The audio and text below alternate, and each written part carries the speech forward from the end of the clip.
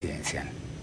No hay que perder de vista eso. Entonces, a mí me preocupa más bien que por el tema de la ley Servir, por el tema de la posición frente a Conga, sí haya la intención de querer hacer ciertas cosas y más bien que no se sepa, o sea, creo que va a venir un momento en el cual va a haber que elegir las peleas con mucho cuidado, justamente por esta turbulencia política y económica que viene, ¿no?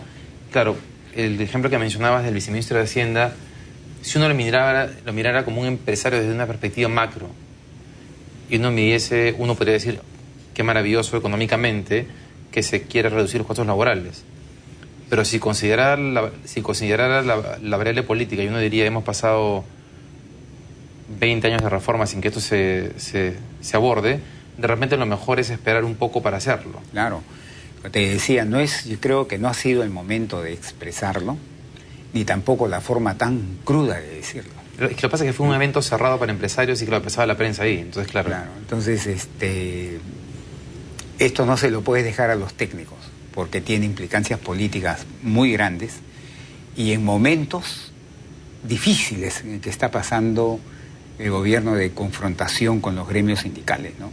Entonces no es el momento de decirlo. Quizás se necesite en la economía eso, pero hay formas de decirlo y hay momentos en que se elige decirlo, ¿no? Entonces, pero respondiendo a tu pregunta, grandes reformas, por ejemplo, seguir en reformas de la educación no creo que se venga, de la salud tampoco.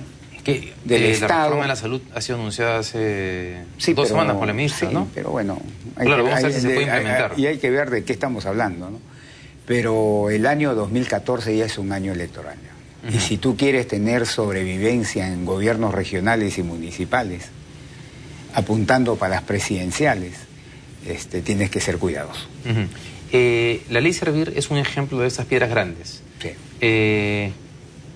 ¿Qué otro tipo de piedras grandes podríamos mencionar para tratar de analizar cuáles efectivamente se podrían mover? La descentralización, que esa es una piedrota. ¿Cuál es el problema ahí? Que simplemente las regiones no han resuelto el problema de la excesiva centralización. La otra vez vi un estimado, el 45% del PBI peruano todavía se hace en la región Lima. Entonces, quiere decir pues que esta regionalización no está dando los resultados que de ella se espera. Claro. Entonces, tratar de reformar eso, por ejemplo, es una gran tarea. No sé si el gobierno del señor Humala se va a animar a hacerlo. ¿Pero qué habría que hacer ahí en particular? Lo que hacen la mayoría de los países, que es aglutinar espacios para que las regiones... El tema de la integración de las regiones. Claro, para que las regiones puedan tener una serie de ventajas, de economías, de aglomeración, etcétera. Porque si estamos haciendo cada departamento una región, pues entonces simplemente hemos cambiado de nombre. Del departamento de Ica ahora lo llamamos región Ica, el departamento de Cusco lo llamamos región Cusco, parece broma. ¿No? Por definición, la regionalización tiene que involucrar agrupamiento de territorios. ¿Por qué no hicimos esas reformas en el momento de bonanza económica?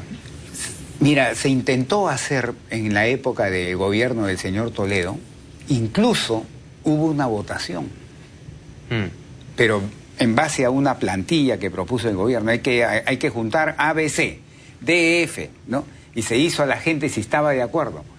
Prácticamente la única región que votó, que quería integrarse a otra, fue Arequipa. Porque el resto decía no. Y cuando le preguntaban por qué no, porque ella quiere que el gobierno regional esté allá y no esté acá.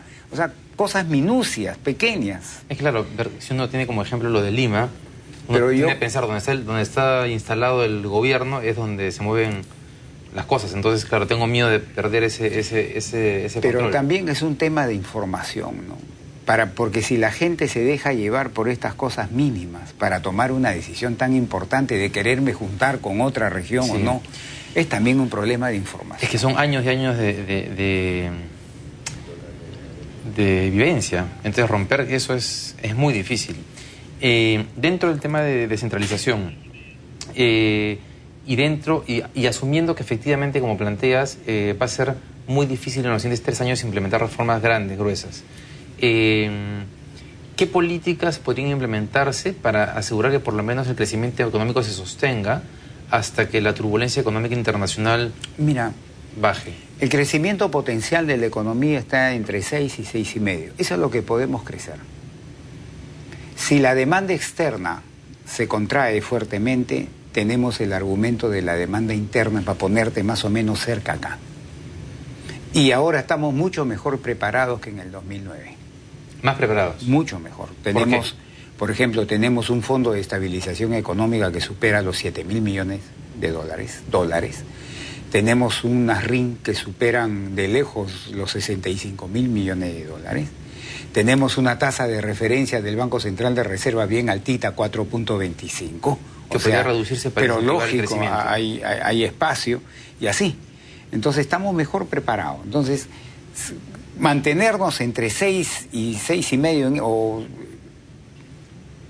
pegado a 6,5, pegado a 6 en alrededor, no va a ser fácil, pero sí es posible hacerlo con políticas de demanda interna. Lo que tú me estás queriendo también decir es cómo subir este crecimiento potencial. Eso va a ser bien difícil y vamos a tener que hacer grandes reformas estructurales para aumentarla.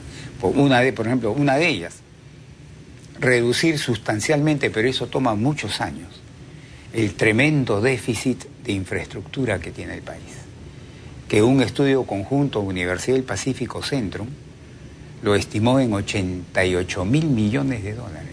¿Por qué si los 3 gobiernos han invertido tanto en carreteras, en vías, siempre parece que nos falta más? Es que el 40% de este déficit es energía.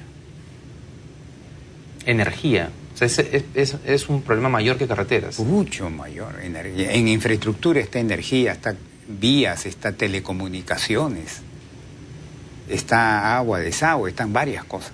El 40% nomás es energía. Ahora, estas grandes obras tipo el gasoducto al sur, la red dorsal de telecomunicaciones, eso apunta a eso. Metro 2, eso apunta a eso. Pero ayuda a aumentar el crecimiento potencial. Pero, por ejemplo, en términos del gasoducto del sur, pues hay una serie de controversias muy grandes. Ahí hay gente que te dice que eso no es viable. Claro. Hay gente que te dice que sí es viable, o sea, todavía hay mucho camino por recorrer. Claro. Y las 3 obras además van a estar listas casi al final del gobierno, o sea, van a ayudar, digamos, al próximo gobierno a tener una base más sólida para el crecimiento. No, o sea, no es un tema que se vaya a ver en el corto plazo. No, en el corto plazo. Ok, pero me quedo con la sensación de que piensas que no hay mucho que hacer en el corto plazo, en términos de manejo macroeconómico, podemos hacer, manejando el gasto interno, la demanda interna... Política macroeconómica, básicamente. Para tratar de compensar la caída de la demanda externa, neta. Esto cae, yo tengo espacio para hacer esto, ¿no? Y en términos microeconómicos, es decir, seguir con lo que está haciendo el ministro Castilla, estas cositas. Limpiar un poco la pista. Ah, sí. Hace un par de meses la Asociación Nacional de Industrias hizo un congreso presentando propuestas al gobierno para lanzar una política proindustrial. El gobierno anunció a su vez que efectivamente estaba estudiando el tema. Ese es el tipo de cosas que sí se podrían hacer porque sí, a mí me parece no dañan bien a nadie y más bien podrían ser un incentivo. A mí me parece bien que presenten sus propuestas a los gremios. Claro, no es obligatorio para el gobierno, claro, pero por lo menos lo estudias y algo bueno saldrá de ahí. No el 100%, pero puede ser una parte de ese 100% que se recoge, ¿no? En ese campo, por ejemplo, ¿el gobierno tiene margen de acción? Sí, yo creo que tiene. Temas tributarios, claro, no sé. Yo creo que tiene margen de acción. ¿Pero estarías de acuerdo en que hay incentivos tributarios para promover, por ejemplo, una mayor industrialización en el país? Porque hay un debate ahí entre economistas. No. Ni tampoco proteccionismo, ni hablar. Porque la SNI habla específicamente de temas tributarios. Sí, ni proteccionismo, ni estar dando preferencias tributarias, que en el fondo no es otra cosa que subsidios.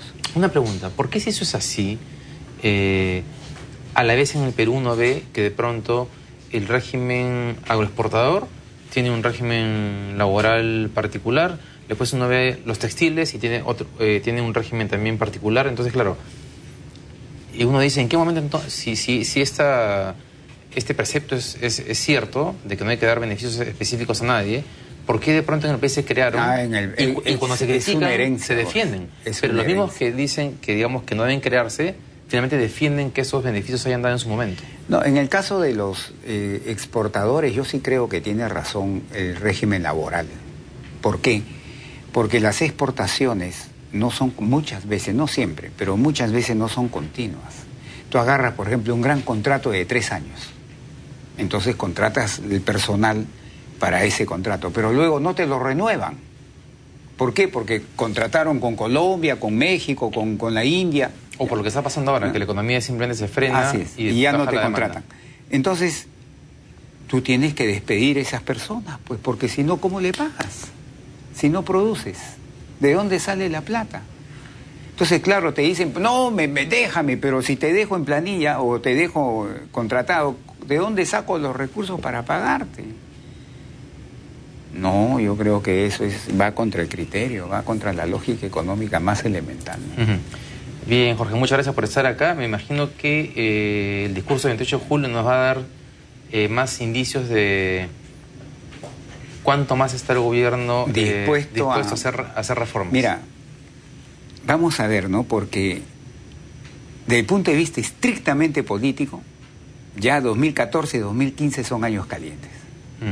Porque hay elecciones regionales, municipales y ya las elecciones presidenciales, la preparación para elecciones.